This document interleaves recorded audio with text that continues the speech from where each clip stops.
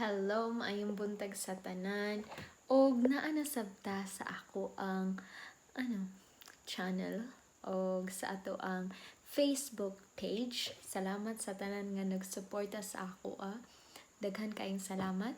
So karon ato lang paghisgutan no kung giunsa na ako pagdala ang akong kaugalingon panahon sa mga higayon nga na ay naggipuli sa ako sa ako ang kaugalingon tungod kay wala ko nakahuman og kanang eskwela, pobre, ingon ani pangit daw.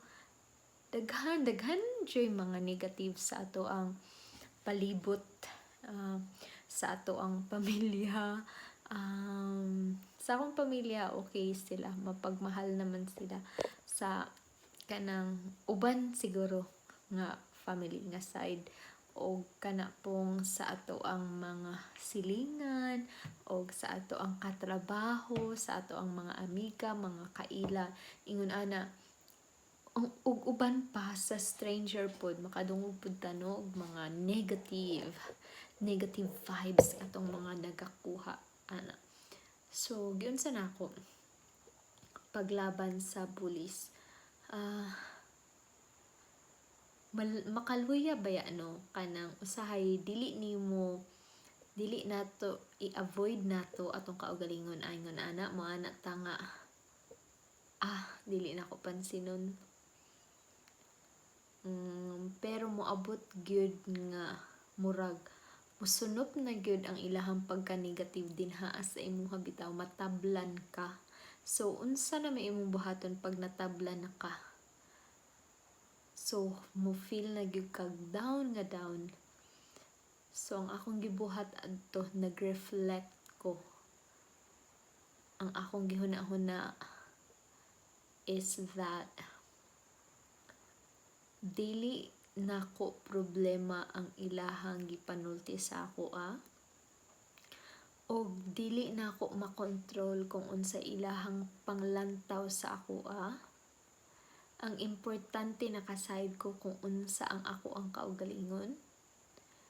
Ang ako ang nasakitan manggod kay moana tanga nganong nasulti man to niya, grabe man siya, hinawayon na magyud kaayo niya. Dapat dili siya ingon ana mo ana batata. Dapat dili siya mag-ingon ana.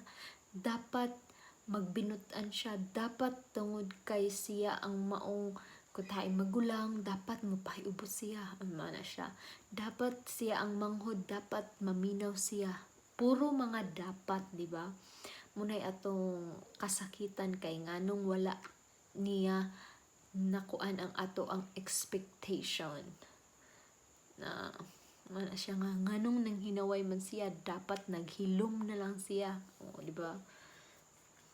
So mugubot ang ato ang paminaw sa atong huna-huna tungod kay ang atong mga expectation lahi ra kayo sa realidad. Mo na nga masakitan ta, malugmok ta sa maong panghuna-huna, sa maong mga feelings na did end na ta. So ang ako ang gihuna-huna adto para maka-recover ko is that ang iyahang panulti iyahan na gikan dili nato na siya makontrol. Ang iyang batasan iyaha pud na dili pud na nato makontrol. Ang importante kung unsay imong reaction maunay imuhang panggampanan. So bisan pag gihinaway kaniya iyaha na naasiyay katungod mang hinaway, naasiyay katungod mo sulti, naasiyay katungod mang himantay, iyahan ang side niya ang importante nga ikaw gipanghimantayan unsa may imuhang itubag sa iyaha. Imo ba siyang baslan? Kung nasakitan ka moana basulo nimo siya nganong nasakitan ka sa iyang gipangsulti, basulon ba nimo siya? Kaysa ako siyang gibasol nga sakit kayo iyang gipanulti nganong ingon ana man siya. Pero ang tinuod naa na gikan sa imuha, nasakitan ka tungod pud sa imuhang kaugalingon. nasakitan ka kay affected ka sa iyang giingon. So para dili ka masakitan, i-heal sa nimo, pangutanon sa nimo imong kaugalingon nganong nasakitan ka. Tapos huna-hunaon to nimo unsa may imong mga kanang i-close ends to nimo mga things kung tahay ni ana ka nga ning ana siya nga wala man kay grado ingon ana, so nasakitan ka kay giingnan kag walay grado, sakit kayo sa imuha kung ngano di ay. So ang ibig sabihin sa ako apo daing kaugalingon, sakit gyud di ay to sa ako mas lalo lang ni sakit tungod kay lahi ang nagsulti, no, unya murag gilaparo ka sa naong. Pero sa tinud-an ay di ay daan pa sa una nagsakit na imuhang kaugalingon pero wala lang kakabalo kung unsa to nimo gi-face, mura og nabaliwala lang to nimo siya nga part niya karon nga naay nagsupalpal sa imuha mas nisakit siya. So muna nga karon down na hinuon ka kay uban pa nga tawo hinuon maoy nakasulti sa imo adto. So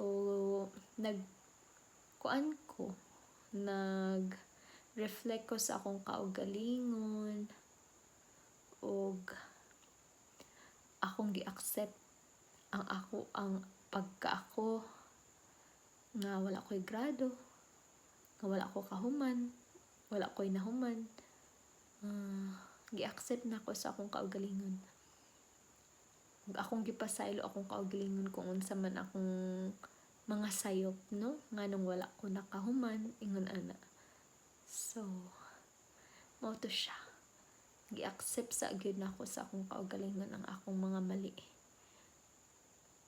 kay bisag unsa pa iyang sulti isulti sa laing mga tawo about sa ako nga walay pagkagrado, bisan kinsa pa na sila karon nga na-accept na nako ako ang kaugalingon nga ingon ana ko, dili na ko masakitan, dili na ko malugmok, dili na ko masupalpal pag naay mo supalpal nako tungod ana nga bahin sa akong kinabuhi.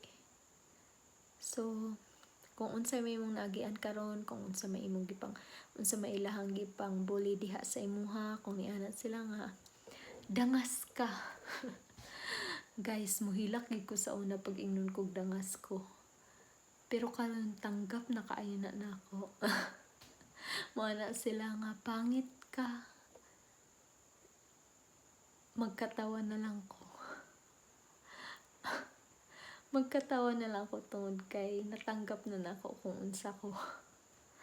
Katawa na nung og wala, katawa na lang ko ana kay gitanggap na nako unsay mga side. Ikaw na lay muuna og kanang kuan sa imong kaugalingon, no, kay para ang uban mo atake na sa imo kuan nakakaayo kanang baga face nakakaayo, as in kilala mo na yung sarili mo, dili naka nagkatawa nakatawa ko maghuna-huna sa ako mga kaagi oy. Daghan kay imong hinaway niya mo kalitra ka og kanang hilak.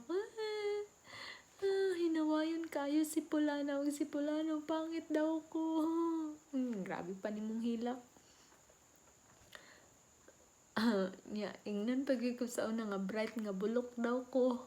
Hala, maglibog jud ko ana, maghilak jud ko ana kung hala nga nang giingnan man kog bright nga bulok, sensitive kayo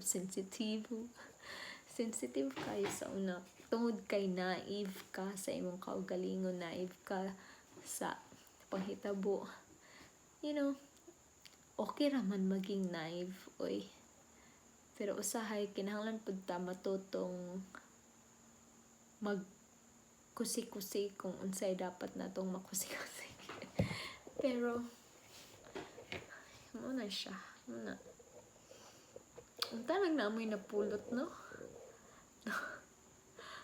Okay ra ba ni akong gipang istorya, gipang share?